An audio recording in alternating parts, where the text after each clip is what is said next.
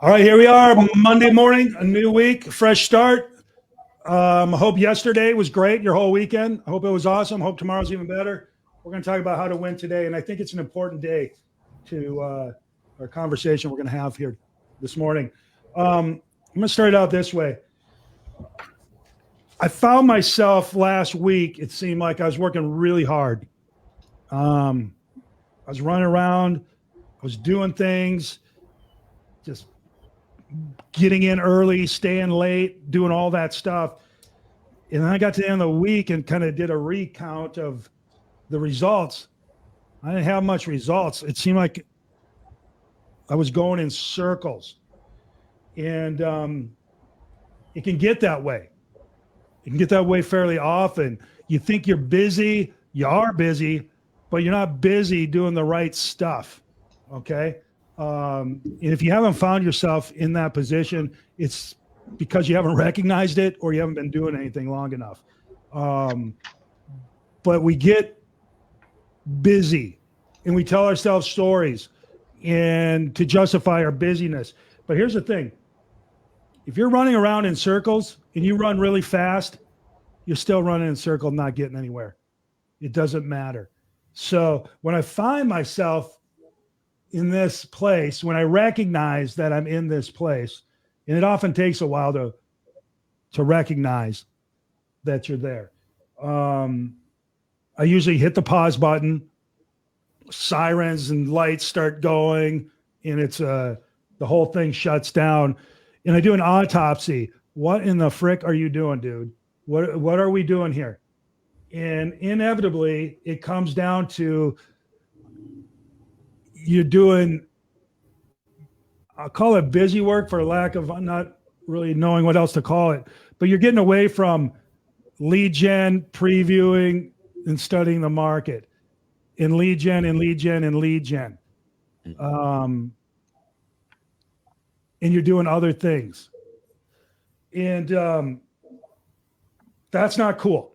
And so what you need to do when you find yourself in this position, because it's very scary. And the reason why you find yourself in this position oftentimes is you look at your bank account, and you go, oh. And then you look at your pendings or your listings and go, oh, right? And then you get scared. You get nervous. You get confused. Am I doing the right things? Am I doing the wrong things? What am I doing or not doing? You go through this whole range of emotions, and it's almost debilitating. And again, if you haven't been in this, it's because you either denial or you haven't been doing it long enough. I've been doing this for 22 years. I've been selling shit for a long time. And I've had to sell stuff for a long time in order to feed myself, my family, and do the things I want to do. And often, not once in a while, often, I find myself in this spin cycle, and it leads to, I don't know, scary, nervous, not confident, confused, just a spin, right? And fortunately, I've had good coaches and good people along the way to pull me out and say, easy, dude, you're all right. Okay. And I've learned how to do that a little bit for myself. And if you're watching this and you understand what I'm talking about, you'll know what I'm talking about. If you're not, you're going to find yourself there at some point. You're going to have to learn how to right yourself in these times of craziness when your parachute isn't opening and you're pulling your rip cord and it's still, you got to figure out what to do to save yourself. And I found myself in that position last week. And what I do is I just stop, pause, look around, do an autopsy. What are you doing? Why are you doing that? Is that the right thing? And it really comes down to lead gen's number one, like we talked about, previewing's number two, studying the market's number three.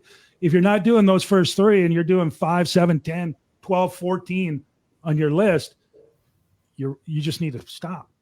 Right. Simplify. So that's what it comes back to. Simplify your whole life. Simplify your business to lead gen. That's all I'm going to do. Lead gen. I don't even care if I preview or study the market anymore. I'm just going to lead gen until I got so much stuff that I'm fine. Simplify everything. Simplify your meals so you're not even thinking about it. You're just eating what you eat. Simplify your wardrobe. Simplify everything.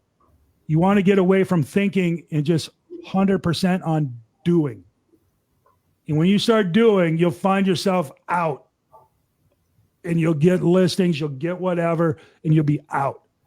And then you can get back to, all right, let's expand into previewing, but not at the expense of lead gen. But in addition, let's expand into studying the market, not at the expense of lead gen, but in addition. And then you can start getting fun with whatever. You can go on your vacations, you can do your meals, you can do whatever you want. But when you're stuck, when you're spinning, when you're scared, hit the pause button. And I'll tell you right now, just go straight. If you're in real estate sales, go straight to lead gen. What do? Pick a neighborhood that you want to dominate, get a list of every owner in there, and reach out to them. You can knock on their door, you can call them on the phone, you can stalk them at work, you can do whatever is required, social media, whatever. Get in their world some way, somehow. And I'll guarantee you, if you're making an effort, you'll get there. Not all of them are going to be super easy. Some of them will be super hard, but most of them you'll get through to if you're trying. Give them some of value of real estate in their neighborhood, market trends, whatever. Just get in there, make sure they know who you are, you know who they are, over and over and over. And after a while, you'll get listings, you'll get confidence, and you will start rolling again. And then you start telling people how great you are. It's a cycle. And I can tell you right now, the real estate industry as a whole is in a down cycle. So I'm sure there's a lot of realtors that are perhaps suffering this for the first time. Mm-hmm. But it's not a you thing. Well, it kind of is a you thing. It's an everything thing. But if you want savior, the person in the mirror looking back is going to be your savior. It is a you thing. Yourself. Okay. That's my little message today. And it works. I've done it countless times where you just stop and say, okay, got lead gen. Mm-hmm. Get back to the basics, the fundamentals. Get back to it. Yeah. All right. So there you go. I'm going to bring you up because you had a shitty year last year. We all know it, right? Because I've said it timeless times. Sorry, I did. But I'm using you as an example because you're not having a shitty year this year. You're having a better year. True? True. And that's why I was going to contradict you. And you said it's not a you thing. People buy and sell in every market. Yep. So even though 1993 was the worst market ever until 2023, where we had fewer transactions, even though we have more people, there's still transactions going on. And last year, 2023, was one of my worst years ever. And I've been doing this since 1996. And I did exactly what you're talking about. All of a sudden, I'm looking at my bank account and my expenses far exceeded what was coming in. And that's a slap. You're like, oh shit. Because in your mind, you're making all this money. Yeah. And then your bank account saying not so fast. And I had employees and a large team, and I'm accountable to them for, leading and mentoring. And I'm like, I have to simplify, and I have to, you have to make some hard decisions. You have to stop things. You have to reduce expenses, but it is a you thing. You get focused on the wrong thing, the shiny object, and you're doing something else. And it all comes back to lead gen. What are you doing for lead gen? And figure out what works and do that one thing. I found that the best way for me to lead gen effectively was getting in front of people. And the best way for me to do that was open houses. And I know a lot of people, when you've been doing it for a long time, and, I'm in my 28th year, you think, oh, I don't do open houses. That's below me. Beginners do that, blah, blah, blah. It's the best way to practice and to build your confidence, no matter where you're at. And it's the best way to get in front of people who are actively thinking about buying or selling. So it's a great proactive way because you can put out all those damn signs in the neighborhood before, during, and after the open house, right? And people always say, oh, pick one that's right off of a busy street. No. If you are wanting to dominate a farm, the farther in, the better. If you want, gated communities, I love because all of my signs have my phone number on it. So, I did open houses this past weekend. 10 groups came through. I have 10 new phone numbers. I literally don't let anyone come in without getting their information. But I have signs with my phone number, picture of my team, because that's your brand, and then a logo. And so then if you have 20 signs up, that's you in your neighborhood. It's like little mobile billboards. So back to your thing. lead So gen, good. lead gen, lead gen. And, at the beginning of this year, I was doing 3 open houses a week in January and February. And, everything picked up. And now, 6 months in, I'm top 2% in Arizona. For Love it. Yep. Mhm. Yep. Well, and I think that in the midst of all that, as we're lead generating, we've got to keep our eye on, are we filling our pipeline? Yep. And that's the thing, is who has a real estate need in the next 12 months? And that's the zeroed in conversation.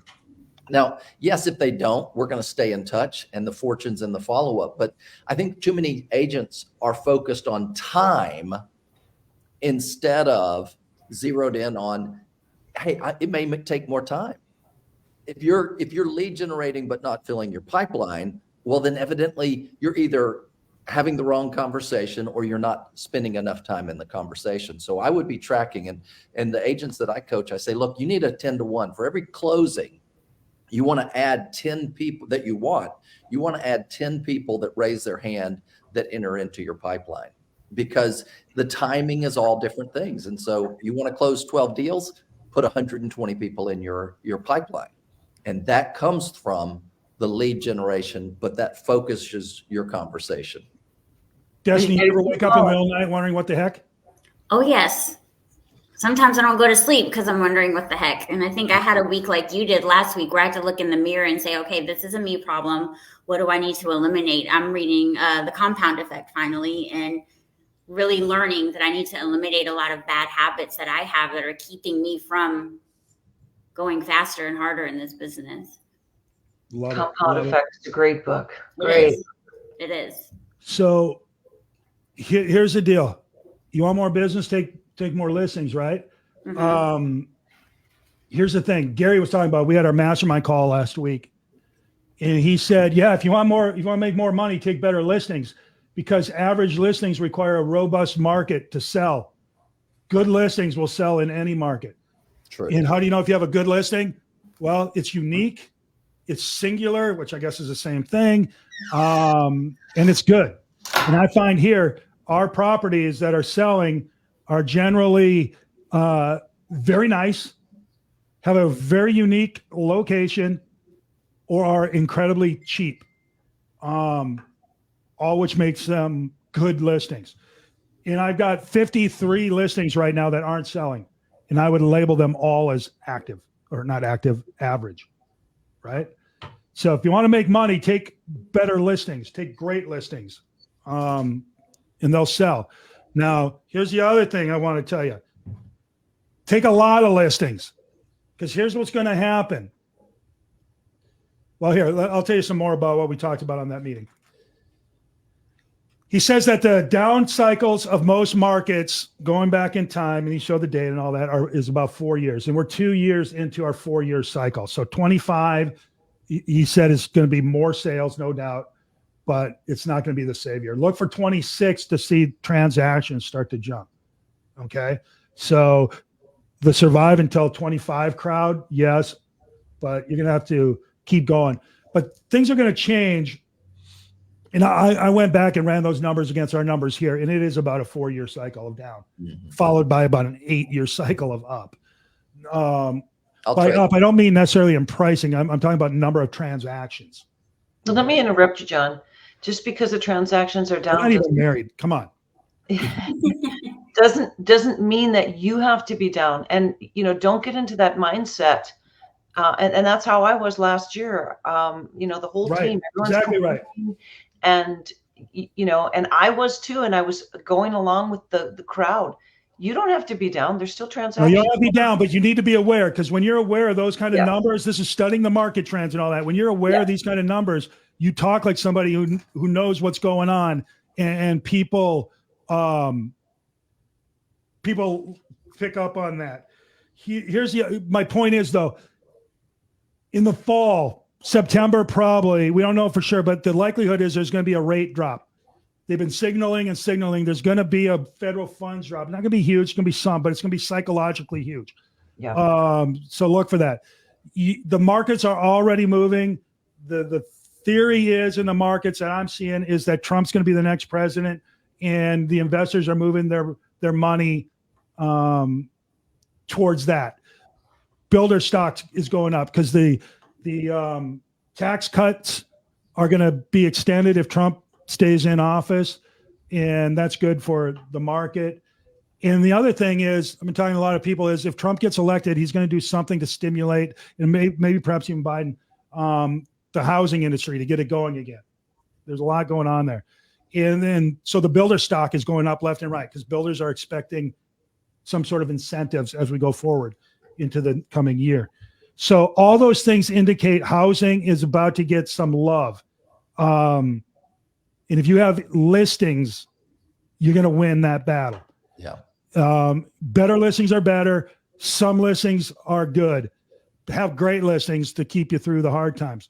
But just focus. Bring back, here's how you're going to win the day. We're going to simplify our lives into lead gen, listings, good listings, and then all listings.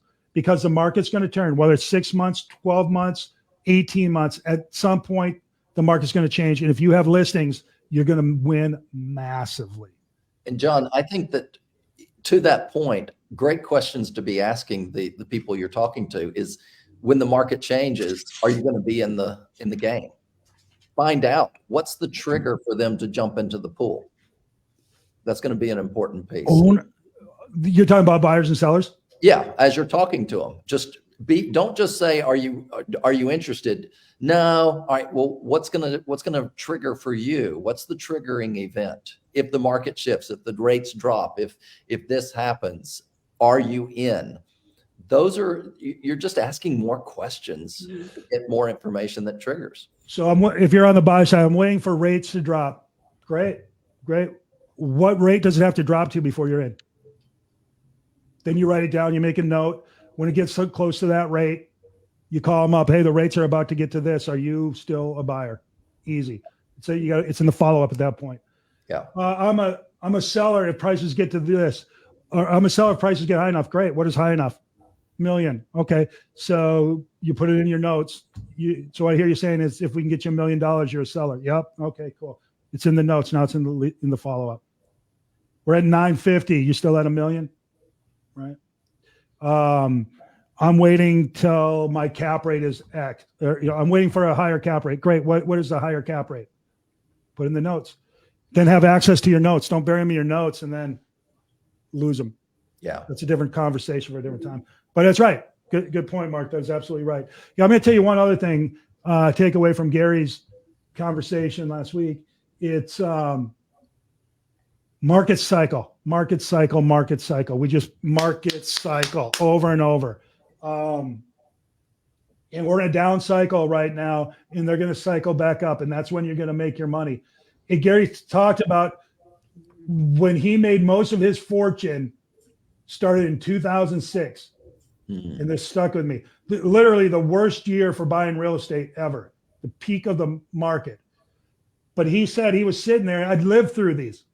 Listen to this, people. He said, I lived through this in the 80s. I lived through it in the 90s, and I'm seeing it now. The singular difference is in the 80s and 90s, I didn't have the money to take advantage of it. Now I do. And he said he started buying. In 2006, he started buying. And don't be wrong here. The guy's a smart dude. He bought right. But he started buying. And he said, I spent every dollar I had buying real estate. I started buying in 2006. And he was rewarded when the market took off again. And of course, he bought acreage outside of Austin, Texas. Who knew that the world was going to move to Austin, out of California into Austin? But so that worked out for him. But he always bought right. And he bought a lot. He said, I spent all my money. I just started investing because he knew there was going to be a turn. And I'm telling you all right now, there's going to be a turn. I don't know when it's going to be. I can't tell you it's going to be Tuesday, October 13th, or if October 13th is even a Tuesday. I can't tell you if it's going to be in 25 or even 26, but I can tell you it's going to turn. So get your poop in a group, go get listings so you can earn some money, right? So when things start to happen, you have money. And when you have that income, take that income and invest it. And if you're paying attention, you'll know where to invest it because you're starting right now. Another conversation for another time. but that's the way you get wealthy. All right. Today, though, we're going to talk about getting through the hard time. Stick a stake in the ground, stop the madness, focus on lead gen, focus on lead gen, focus on lead gen, and you'll be fine. Better than fine. Anybody else have anything? I agree. Okay. Let's go to work then. Let's go focus on lead gen. We'll see y'all. Hey, we got Jake Dixon in here tomorrow. Special guest. Special guest. Woo! We're excited. I'm excited to hear what he has to say. Mark, you have anything on him? I know you're Yeah, look, Jake has built a national coaching company. He was my coach for a year. I worked with him with the locker room. He's the author of the Cannonball Success Principles from Children that you can use for business. All around great guy, very knowledgeable. Be on here. I heard somebody or read somewhere, somebody said, hey, I'm looking for a coach. Who should I use or whatever? And a bunch of people said Jake Dixon. Yeah. I don't know how many people he has in his family, but apparently they all showed up. But No, great guy. Awesome. All right, you guys. See you tomorrow. I'm excited. Bye-bye. Have a good one. Bye, Bye-bye. guys.